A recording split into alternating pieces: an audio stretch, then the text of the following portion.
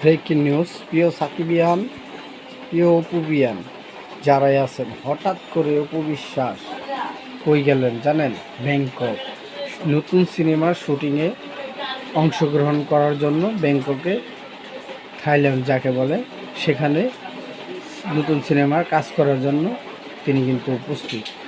আর এদিকে শাকিব খান আমেরিকাতে আছে, আমাদের ববিতা ম্যাডামকে দিয়ে শিডিউল নিয়ে এলে নতুন সিনেমায়, হয়তো নিঃস্ব সিনেমায় দেখতে পারবো ববিতা ম্যাডামকে।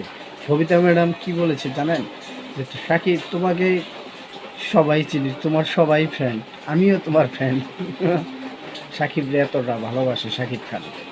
আসলে শাকিব খান সবারই ভালোবাসা অর্জন করতে পারে, এই লেভেলে আসছে এই কারণে। নায়ক মান্না ভাই জীবিত থাকতে বলে গেছিল যে শাকিব খান একদিন বিশাল সুপারস্টার হবে।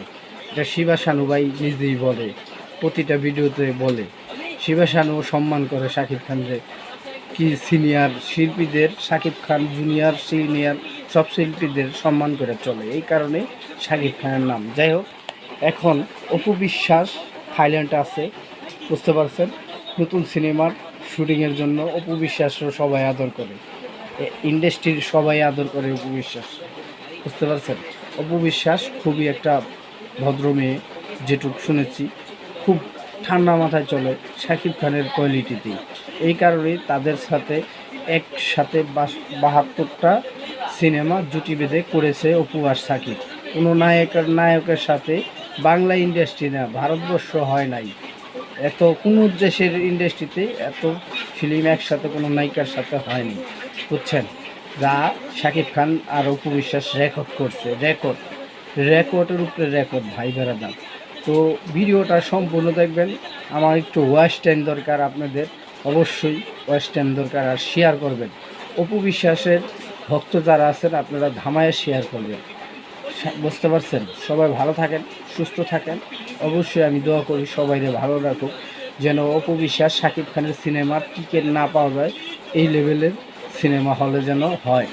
সিনেমা রিলিজ হইলে যেন অপু বিশ্বাস শাকিব খানের ভক্তদের সিনেমার টিকিট পাওয়া যেন না যায়। শাকিব খানের সিনেমার যেমন হল্লি খেয়ে পড়ে, হুমড়ি খেয়ে, তেমন অপু বিশ্বাসের সিনেমা বাইরে যেন হুমড়ি খেয়ে পড়ে। কারণ এখানে দুইটা গ্রুপ, ওই গ্রুপে আমি যাইতে চাই না, আমি তারা নিয়ে বাজে মন্তব্য করতে চাই না। সেটাও শাকিব খানের বউ, কিন্তু অপু বিশ্বাসে নিয়ে আমি ভিডিও বানাই আর শাকিব খানরে নিয়ে, বুঝছেন? যাই হোক, ভালো থাকেন সবাই, সুস্থ থাকেন।